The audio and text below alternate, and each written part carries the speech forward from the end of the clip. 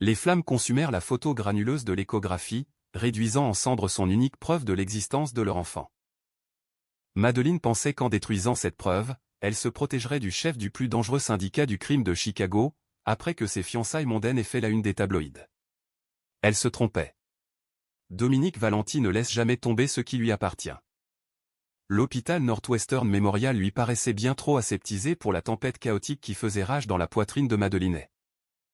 Assise sur le papier froissé de la table d'examen, elle fixait le mur d'un regard vide, les doigts crispés sur les bords d'une impression en noir et blanc glacé. 6 semaines et 4 jours, Madeleine, avait dit doucement le docteur Harrison, sa voix étouffée par le vacarme dans ses oreilles. Tout semble en parfaite santé. En parfaite santé. Ce mot résonnait dans sa tête tandis qu'elle sortait dans le vent glacial de l'hiver de Chicago. Elle portait l'héritier du syndicat du crime Valenti. Dominique Valenti, le chef impitoyable et intouchable du plus redoutable empire criminel de la ville, allait être père. Madeleine était une civile, experte en art chez Caldwell Finard, dans le quartier de River North. Son univers était fait de textures de toile, de peintures à l'huile et de marteaux de commissaire-priseur. Celui de Dominique était forgé dans le sang, les serments de loyauté et les conteneurs que la police portuaire préférait ne pas inspecter. Leur rencontre avait été un accident, un hasard lors d'un gala de charité au Field Museum, où il avait acheté un monnaie à un demi-million de dollars simplement parce qu'elle se tenait à côté. Pendant 8 mois, elle avait vécu avec lui dans une bulle secrète et enivrante. Il était farouchement protecteur, intensément passionné et d'une puissance terrifiante. Et maintenant, elle était enceinte. Serrant son manteau Max Mara contre elle, Madeleine héla un taxi. Elle devait le voir. Pas ce soir, pas dans son Pantouse, mais maintenant. Elle indiqua au chauffeur la Valenti Shipping Corporate Tower, dans le LOP, la façade légale des activités familiales valant des milliards de dollars. Dominique lui avait donné une carte d'accès privé pour son ascenseur il y a des mois, un privilège qu'il n'accordait à personne d'autre. « Emmène-moi tout de suite », murmura-t-elle, répétant les mots. « Dominique, je suis enceinte. Nous allons avoir un bébé. » L'ascenseur privé ronronna doucement et la déposa au 72e étage. Les couloirs de la suite de direction étaient revêtus d'acajou sombres et de moquettes insonorisées. Alors qu'elle approchait de son bureau d'angle, les lourdes portes en chêne étaient entr'ouvertes. Madeleine leva la main pour les ouvrir, un sourire nerveux effleurant ses lèvres. Mais le rire d'une femme la figea sur place. Ce n'était pas un rire ordinaire. C'était le rire distingué et aristocratique de la vieille fortune. Madeleine jeta un coup d'œil par l'entrebâillement. Dominique se tenait près de son imposant bureau, vêtu de son impeccable costume anthracite Tom Ford, incarnant à la perfection le prédateur redoutable qu'elle savait qu'il était. Mais il n'était pas seul. Devant lui, les mains posées avec une intimité presque palpable sur ses revers, se tenait Serafina de Luca. La famille de Luca contrôlait les ports de la côte. Serafina était une mondaine à la chevelure d'ébène d'une beauté époustouflante, comme sculptée dans le marbre italien. Le communiqué de presse sera diffusé dans 1 heure, Dominique, murmura-t-elle en le dévisageant. Mon père est aux anges.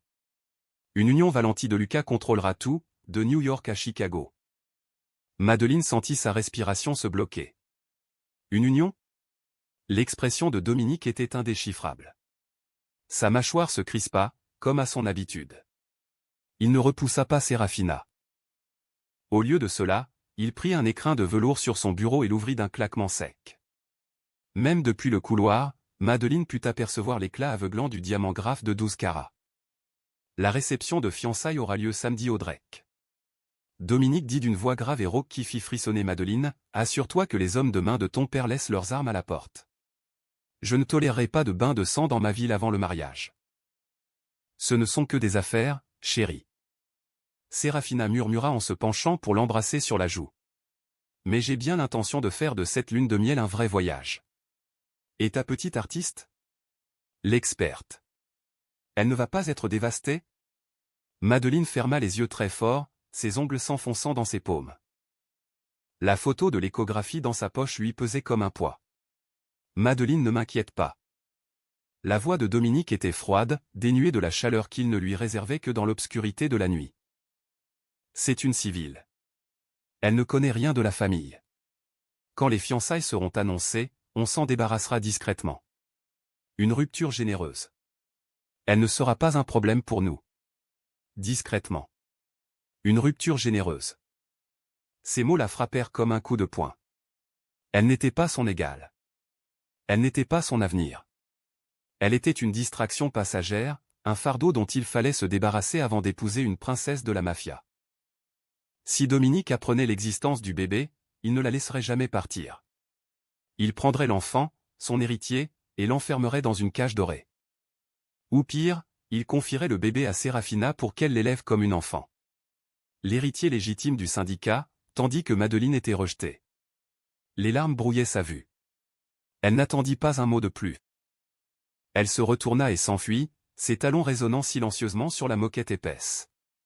Lorsqu'elle atteignit son appartement de Wicker Park, le ciel de Chicago s'était déchaîné, déversant une pluie verglaçante sur la ville. Madeleine verrouilla sa porte, les mains tremblantes. Elle sortit son téléphone de son sac. 3 appels manqués de Dominique. Les notifications d'actualité s'affichaient déjà sur son écran. Les familles royales de la mafia s'unissent.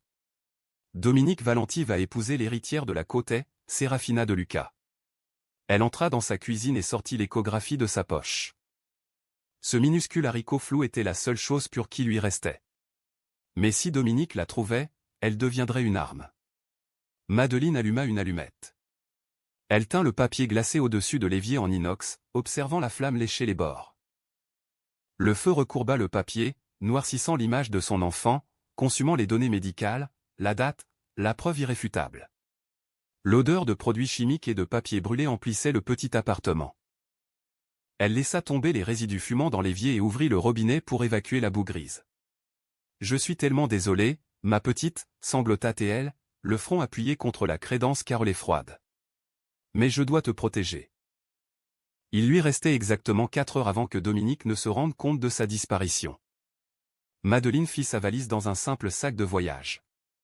Elle laissa derrière elle ses vêtements de marque, ses bijoux et la montre Cartier que Dominique lui avait offerte pour son anniversaire. Elle n'emporta que l'argent liquide qu'elle avait mis de côté dans un livret vidé, son passeport et l'alliance de sa mère. Laissant son téléphone sur le plan de travail de la cuisine pour être sûre de ne pas être retrouvée, Madeleine quitta sa vie, disparaissant dans la nuit glaciale de Chicago. 3 mois plus tard, Boston était une ville hantée par des fantômes historiques, et Madeleine était devenue l'un d'eux. Sous le nom de Clara Evans, elle avait loué un petit appartement en sous-sol à Beacon Hill, où l'on ne pouvait payer qu'en espèces, et trouvé un emploi au noir d'archiviste de documents historiques pour un professeur excentrique et âgé. Ce n'était pas glamour, mais c'était sûr. Sa vie était paisible, rythmée par des routines strictes. Elle ne payait qu'en espèces, ne regardait jamais directement les caméras de sécurité et portait de grands pulls en maille qui dissimulaient parfaitement son léger ventre arrondi de 15 semaines de grossesse. Elle pensait avoir échappé au pire. Elle avait sous-estimé la persévérance terrifiante d'un chasseur de fantômes. À Chicago, le monde de Dominique Valenti s'était effondré la nuit où il avait trouvé l'appartement de Madeleine vide. Les fiançailles avec Serafina étaient une nécessité politique savamment orchestrée, une alliance temporaire montée de toutes pièces par son bras droit pour empêcher une vaste opération de conquête territoriale. Dominique avait bien l'intention de transférer Madeleine dans une propriété sécurisée en Suisse, le temps que les violences se calment et qu'il puisse rompre les fiançailles à sa guise. Il l'avait présentée comme une civile pour brouiller les pistes et protéger la femme qu'il aimait d'une famille d'assassins. Mais Madeleine n'avait pas compris et elle s'était enfuie. Pendant 12 semaines, Dominique a semé la pagaille dans le Midwest. Il a renvoyé la moitié de son service de sécurité pour l'avoir perdue. Il a démantelé violemment 3 opérations rivales, soupçonnant simplement qu'elle l'avait kidnappée. Mais ce n'est que lorsque son expert en cybersécurité, un homme discret nommé Silas, a signalé une étrange anomalie que la piste s'est enfin éclaircie. « Patron », avait dit Silas en faisant glisser un iPad sur le bureau en acajou du bureau de Dominique. Elle a laissé son téléphone, ses cartes, tout.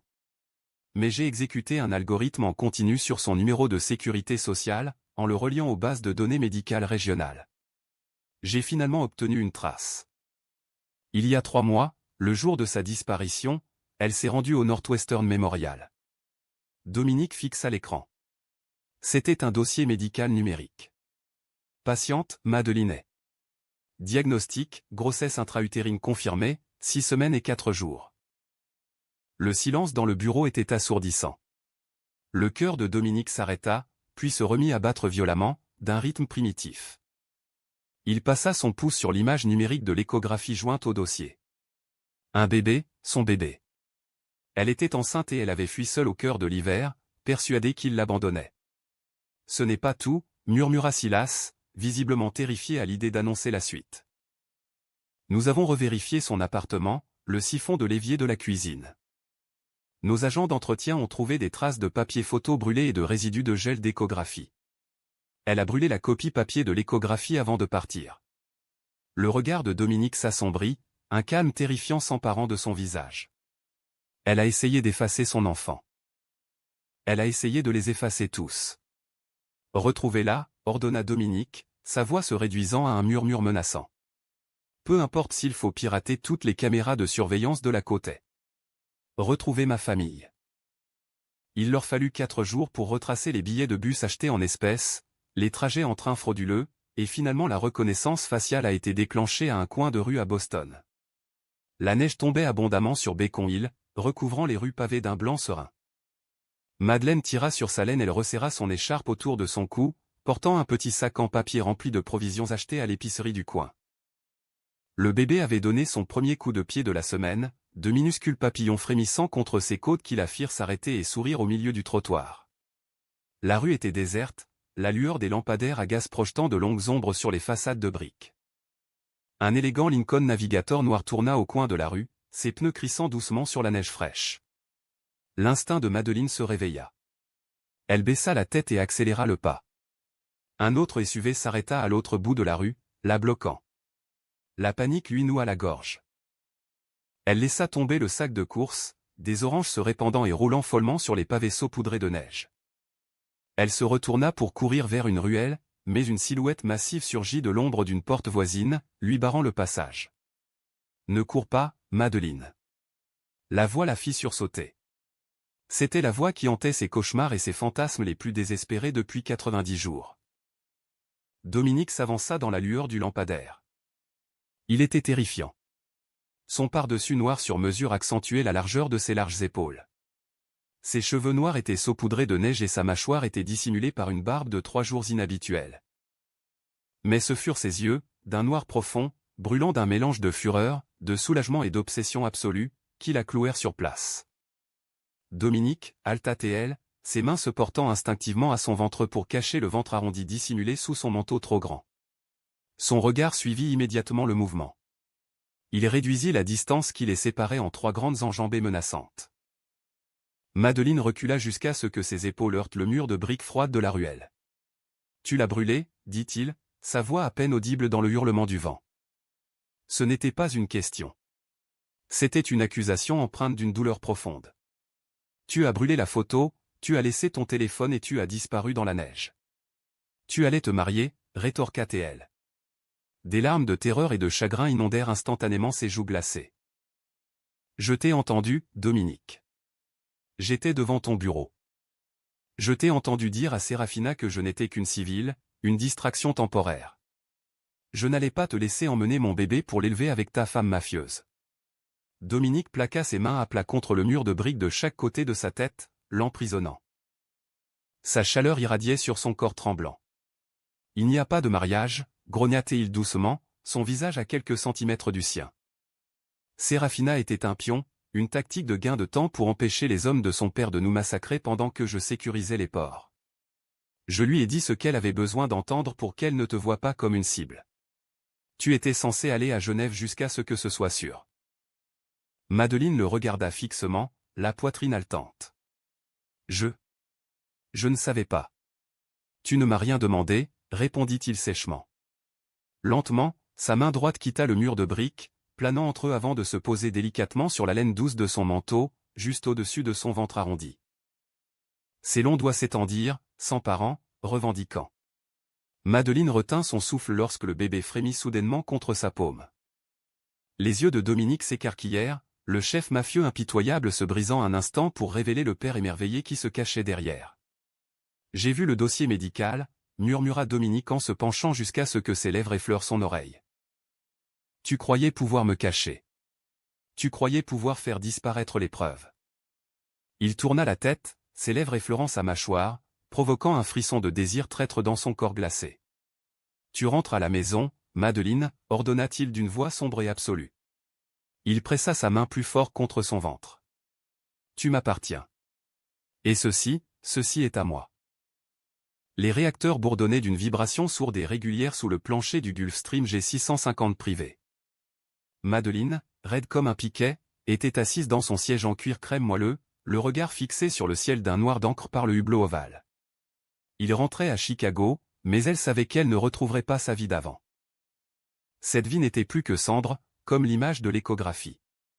Dominique était assis en face d'elle, un verre de bourbon ambré intact posé sur la table en acajou entre eux. Il ne l'avait pas quitté des yeux depuis leur embarquement à Boston. Le redoutable et intouchable chef mafieux avait ôté son manteau en cachemire, retroussant ses manches pour dévoiler les tatouages sombres et complexes du syndicat qui ornaient ses avant-bras. « Tu n'as pas mangé, Madeleine », constata Dominique d'une voix grave et rauque qui imposait son autorité. Il désigna l'assiette intacte de poulet rôti et de légumes que l'hôtesse de l'air lui avait apporté une heure plus tôt.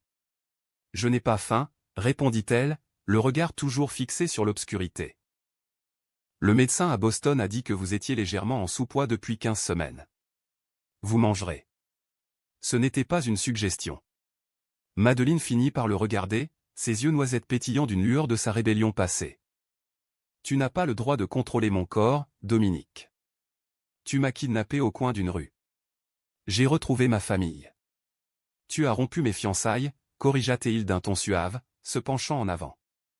Son pouvoir de magnétisme était presque suffocant. Et je me fiche de ce que tu veux dire. Tu portes mon héritier.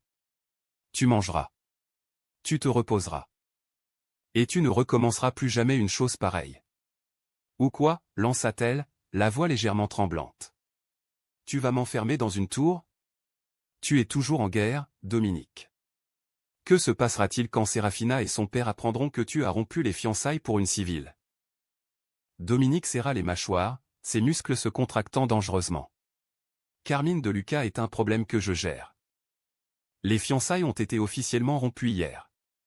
Je leur ai offert le contrôle des routes maritimes de Baltimore en guise de dédommagement. C'est une perte financière temporaire, mais cela maintient la paix. Il tendit la main, ses doigts s'enroulant doucement mais fermement autour de son poignet, attirant sa main vers lui.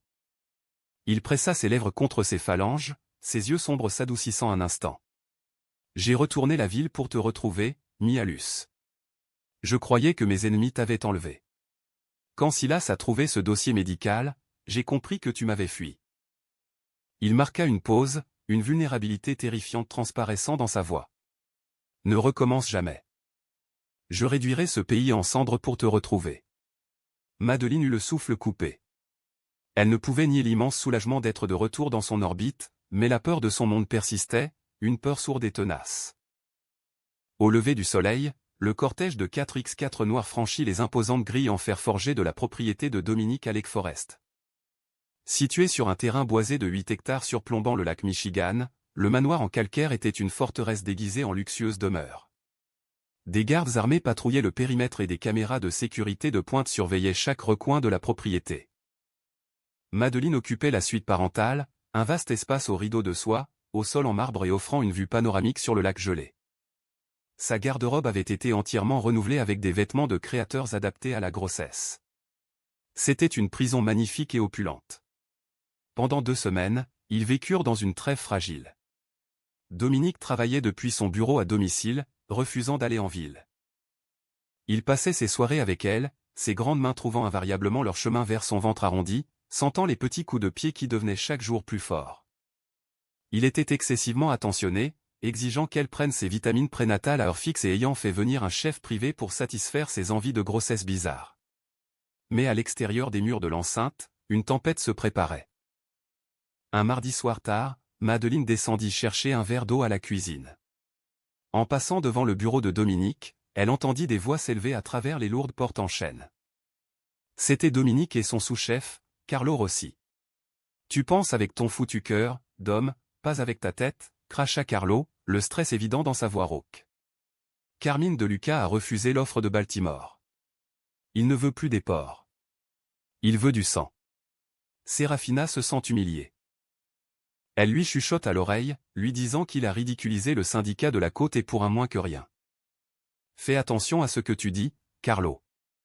La voix de Dominique était d'un calme glacial. Le genre de calme qui précède généralement la violence. « J'essaie de te sauver la vie », rétorqua Carlo.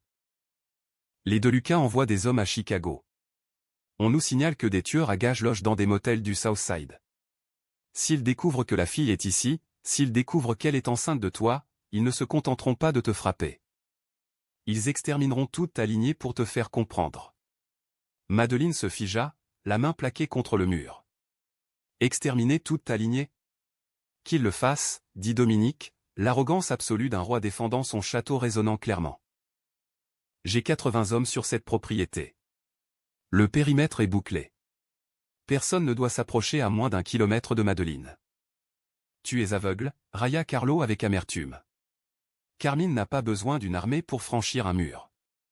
Il lui suffit d'une seule clé. Madeleine remonta précipitamment, le cœur battant la chamade.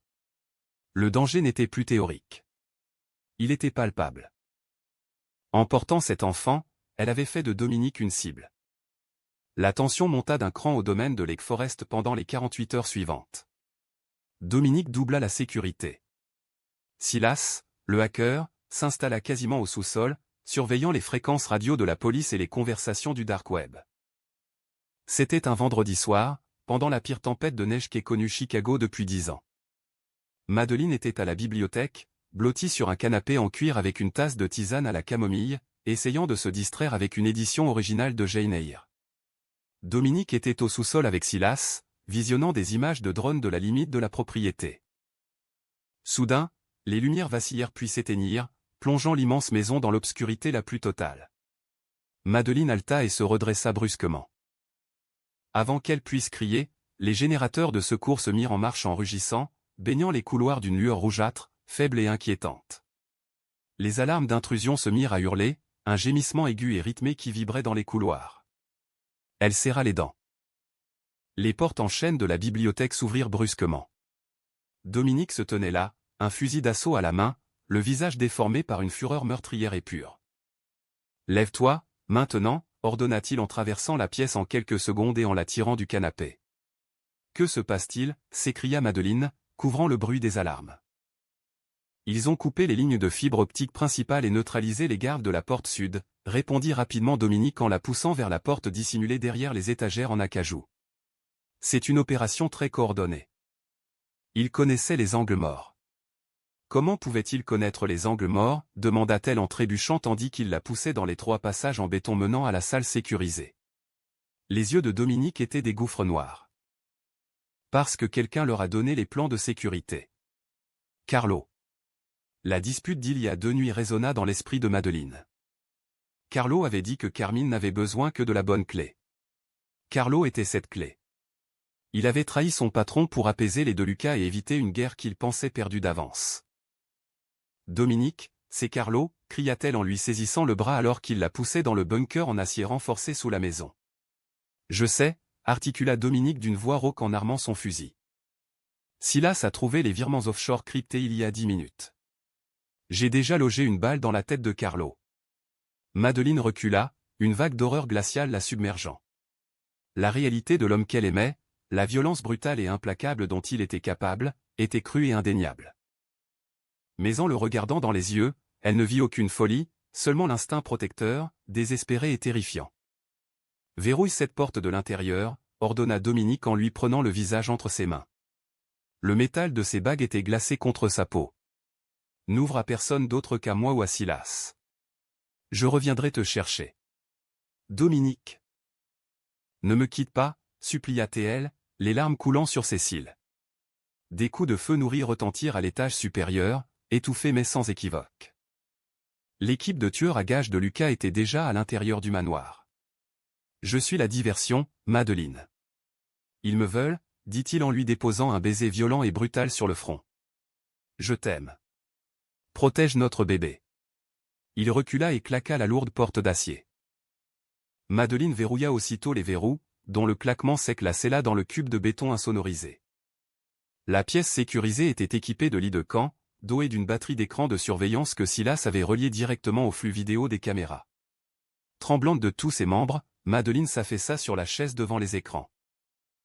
La plupart des caméras étaient hors service, détruites par les intrus. Mais le flux vidéo du grand hall d'entrée fonctionnait encore. Elle regarda, horrifiée et silencieuse, Dominique, avec la grâce terrifiante d'un tueur aguerri, engager le combat avec les assaillants. 6 hommes lourdement armés, vêtus de tenues tactiques noires, ratissaient le sol de marbre. Dominique ne se cacha pas. Il utilisa les ombres, frappant avec une précision impitoyable. Il abattit 2 hommes du haut du grand escalier avant même qu'ils ne le remarquent. Soudain, une silhouette apparut au centre du hall, un pistolet argenté à la main. Ce n'était pas un tueur à gages. C'était Serafina De Luca.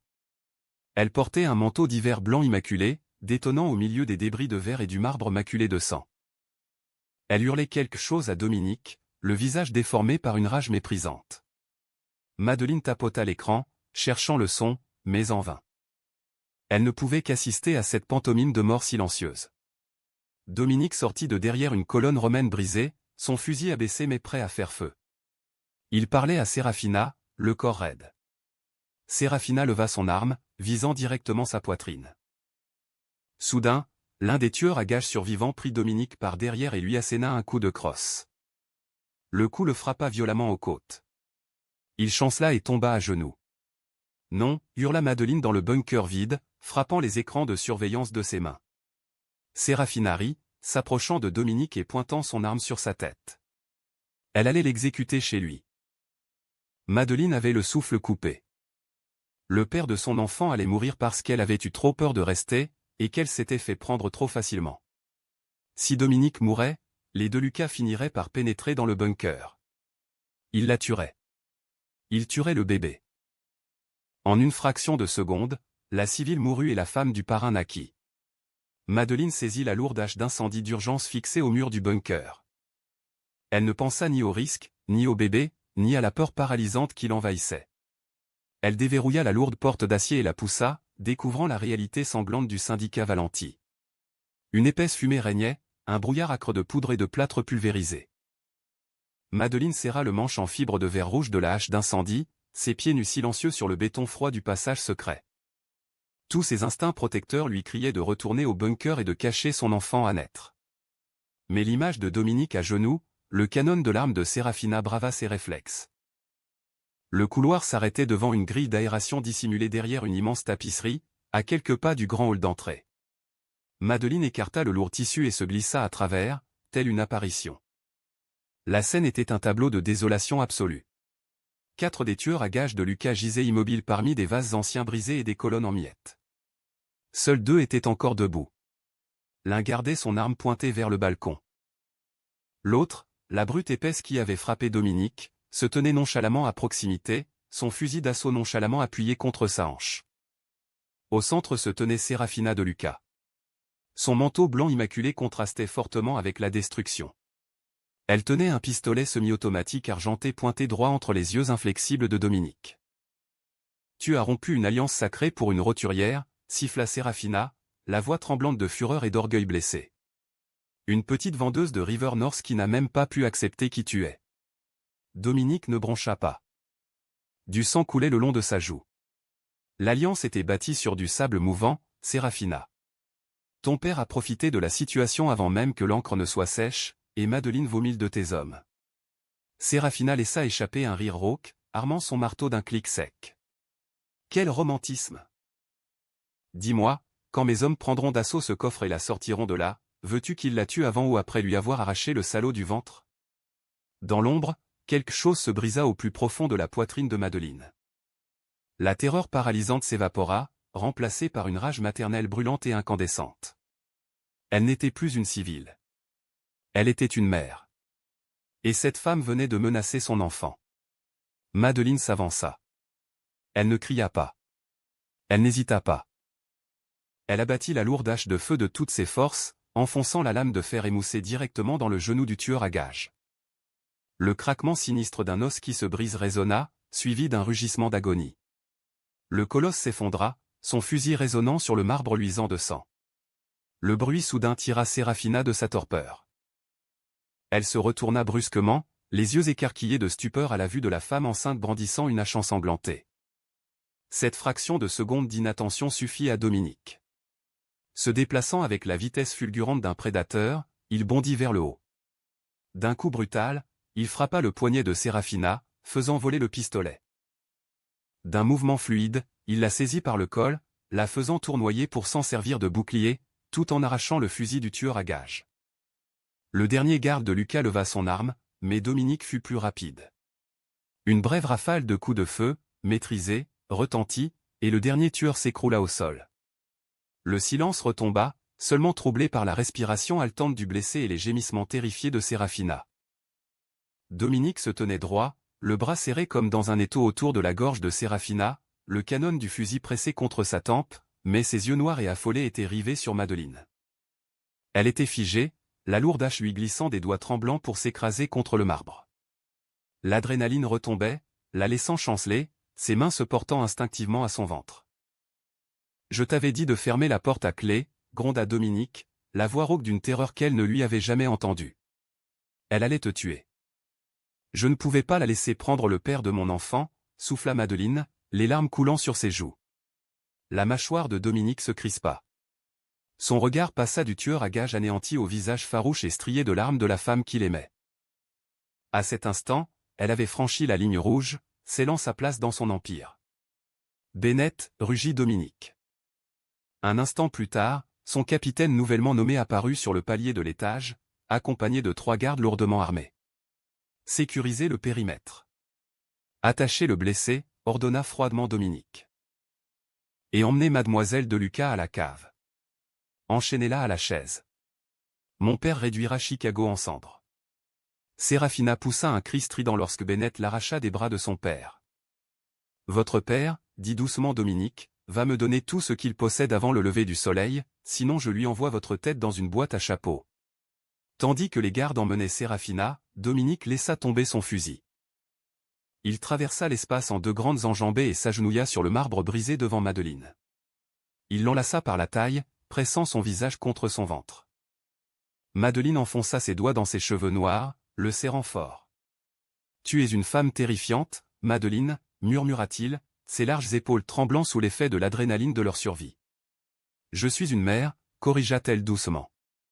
Et personne ne menace notre famille. » 6 mois plus tard, le soleil d'été se reflétait avec éclat sur les douces vagues du lac Michigan, projetant des prismes de lumière dansant à travers les baies vitrées du Penthouse Valenti, en plein cœur de Chicago.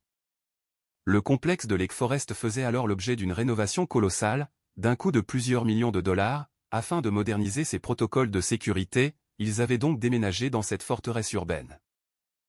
Madeleine se tenait près de la fenêtre, serrant contre elle le petit paquet emmailloté. Léo Valenti était né 3 semaines auparavant, arborant une épaisse chevelure noire et le regard perçant et calculateur de son père. Il était parfait, en pleine santé et totalement inconscient du pouvoir colossal que lui conférait sa simple existence. Le syndicat de Chicago avait été profondément bouleversé par le siège de l'hiver. La nuit de l'attaque, Dominique avait passé un appel vidéo à Carmine de Lucas. Silas avait fait transiter la connexion par une 12aine de serveurs cryptés. Carmine avait répondu depuis sa propriété de Long Island, s'attendant à entendre sa fille victorieuse. Au lieu de cela, il vit Dominique assis en bout de table métallique, Serafina ligotée et bâillonnée en arrière-plan. La négociation avait été brève, brutale et totalement unilatérale. Pour assurer le retour sain et sauf de sa fille, Carmine avait cédé les routes maritimes de la côte est, démantelé ses opérations à Chicago et versé une amende exorbitante directement sur les comptes offshore des Valenti. La famille de Lucas était anéantie, réduite à une nuisance régionale plutôt qu'à une menace nationale. Le ménage interne avait été tout aussi rapide. La trahison de Carlos avait débusqué une petite faction de dissidents au sein des rangs de Dominique. Ils avaient été éliminés discrètement et définitivement.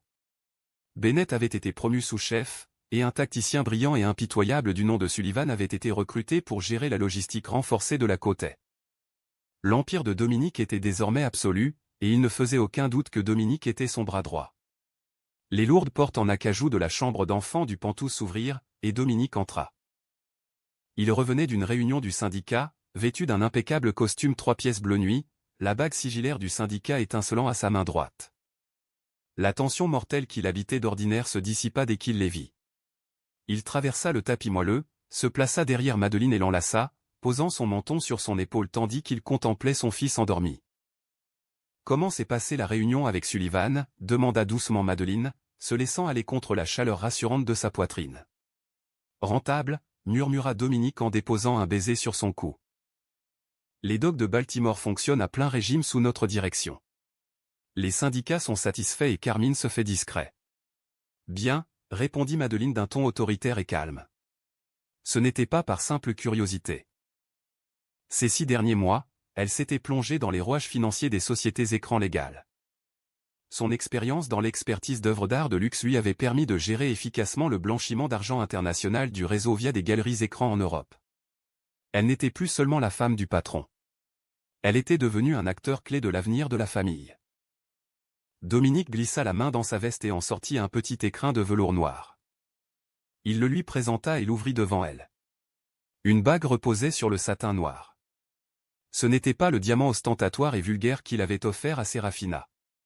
C'était un saphir taille émeraude d'une pureté exceptionnelle, flanqué de 2 diamants taille bouclier parfait, sertis sur platine.